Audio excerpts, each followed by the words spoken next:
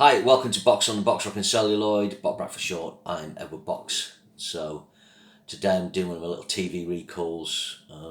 Some of my memories are kind of hazy on these, but I just like to collect my thoughts. And a show I've always admired, loved at times, is The Prisoner.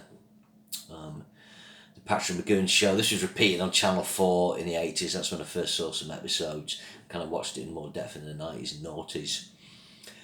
On DVD, this is a classic show. It got cancelled early and kind of finished abruptly. It only did 17 episodes, but it's achieved a huge cult following. I think because it stands alone. It has unique ideas, a unique setting, obviously the village, Port Merion for its exterior locations. An intense performance by McGowan, who's unlike any other British actor on TV or film. Very unique.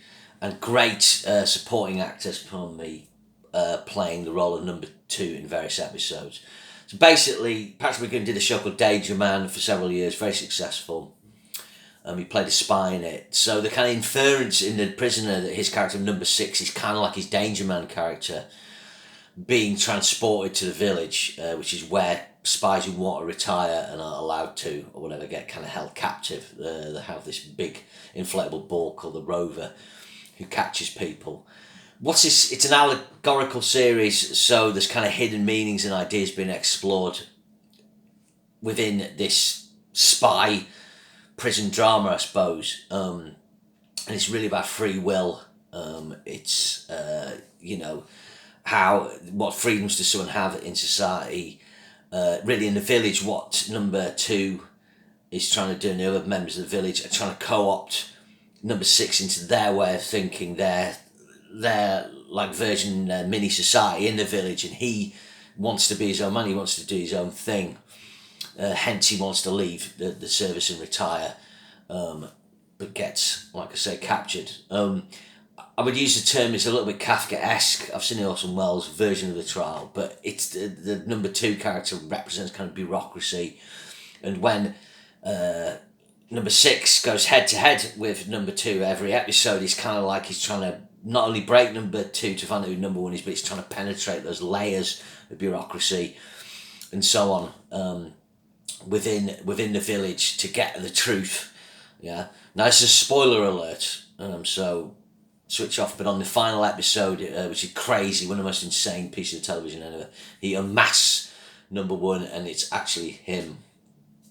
It's like a doppelganger. My theory's always been that if Patrick McGowan's number 6 and constantly undermines number 2, he must be top dog, or he must achieve top dog status. But at the end, when he returns back to his home, the door opens and closes automatically, essentially saying that he's returned to society. He's still a prisoner. He's still a prisoner of the societal structures, thought processes of that. So it's freedom and illusion, I suppose. There'll be whole dissertations written on this. So, he's knocked out his gas in his London. He says here, the series follows an unnamed British man who, after abruptly and angrily resigning from his high-ranking government job, so we kind of assume it's kind of like his Danger Man persona, his Secret Service post, prepares to make a hurried departure from the country. They will later reveal about his resignation. It was a matter of conscience. While packing his luggage, he's rendered unconscious by knockout gas. So this kind of suggests his character doesn't like what he's doing for the government. And I suppose this is the idea, you would perceive the government, the establishment, to be kind of right-wing, and maybe he's seen, he's taken a more leftist view of that. So this is kind of, the show explores ideas of surrealism in it, but counterculture, and the counterculture is represented really heavily in the last episode. It's filmed, it takes place in the village, which is actually filmed at the village at Port Merion, a really extraordinary creation in Wales, which I've been to. Some great actors playing number 2, guest actors George Baker, Patrick Cargill, Guy Dolman, who you will know from Ipcrest File. You've got Leo McKern, Darren Nesbitt, Where Eagles Dare, Who You Are Awful as well, Eric Portman, Anton Rogers, Peter Wingard as well. So, you've got to have a good actor playing number 2 so you can go against him. Go up against him, apologies. The other thing is similar to Penny Farm, had great branding, this show, is great font, I'm just looking at it there. And it was created by McGowan.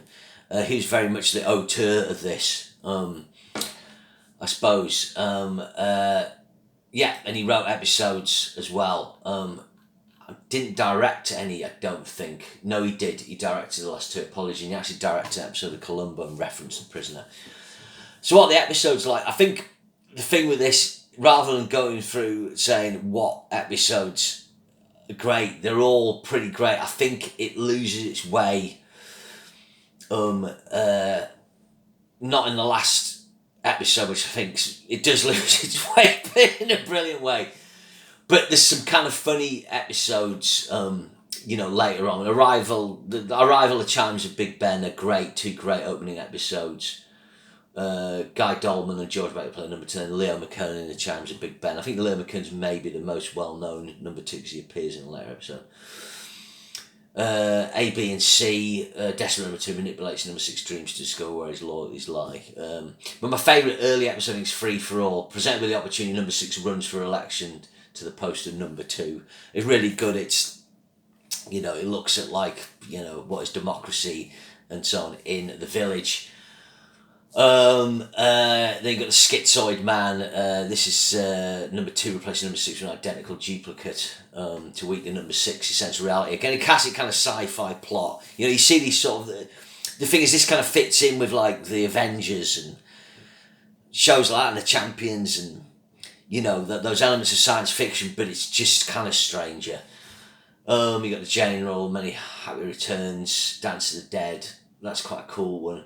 Checkmate, this is a really good one. So obviously one big symbols in the village is the big chessboard, which actually exists at Port Merion, and in a way that represents the inhabitants of the village. And number 6 is in a game of chess. He's constantly playing a game of chess with number 2 or whoever's number 2. Really, the fact that number 2 changes each week is irrelevant because number 2 represents something. So it's not like number 2 has different policies. There's a female number 2 as well. It's their job just to contain number 6. So that's another interesting idea. But one of my favourite episodes is Hammer into Anvil. Number 6 takes revenge on a sadistic number 2 for a death of another prisoner. So this is really good. This is McGoon's really intense in this, and this is one of the episodes that stands out to me. Then you got to change your mind. Then do not forsake me over my darlings. This is a strange one. Deprive his memory and placed in another man's body, number 6 travels back to England to seek a missing scientist. Nigel Stock portrays number 6 in most of the episodes. So for some reason, Patrick McGoon went on hiatus, and then he's played by someone else. So yeah, it's kind of weird. This it's kind of like it's not got the star in it. And the fact the reason it's Weekend is Living in Harmony, which is set in an Old West setting. So the village is basically an old western town.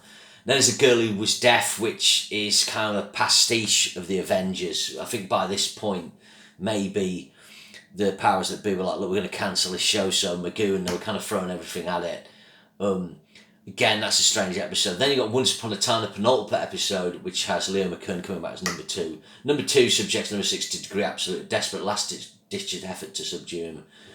An ordeal that will not end until it breaks one of them. So this is the kind of the penultimate showdown.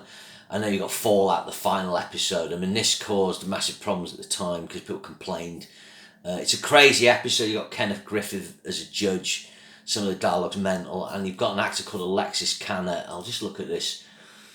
Alexis Canner's he's dead now. English Canadian actor.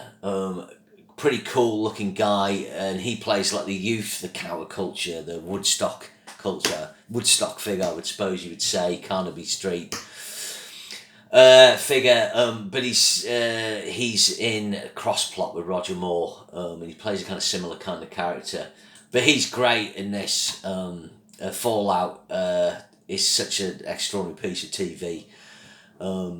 So yeah, it actually got complaints because people were like, who'd watched the show, what the hell's going on? But yeah, that's basically my take through the series. Obviously, I am being a bit fuzzy here. It's a good while since I've seen these, and there's people who will have obsessively watched these episodes, and will know more than, there's people who go to conventions and everything. But this is a really, I think it's a show, sometimes it's easier to admire than love sometimes. but it's just one of those unique things. There was never a show like it before it, and there's never really been a show since. I think other shows try and take ideas from it, but it's just so bold. And it's for that reason it's got that obsessive, fan base. And I think it shows McGowan. He was great in Hell Drivers. He directed an episode of Columbo where he references The Prisoner. He kind of disappeared as well, Patrick McGowan. He turned up in Braveheart. He was great in that. He was nearly James Bond. Very intense man. And very really Number 6, an individual. A guy really. He kind of couldn't fit in some ways. I kind of feel, or I'd imagine. There's elements of his character like that, and that's that's why he works so well as Number 6. So I'll leave that one there. So check out The Prisoner. One of the strangest and most extraordinary TV shows ever made. Thanks very much. Bye.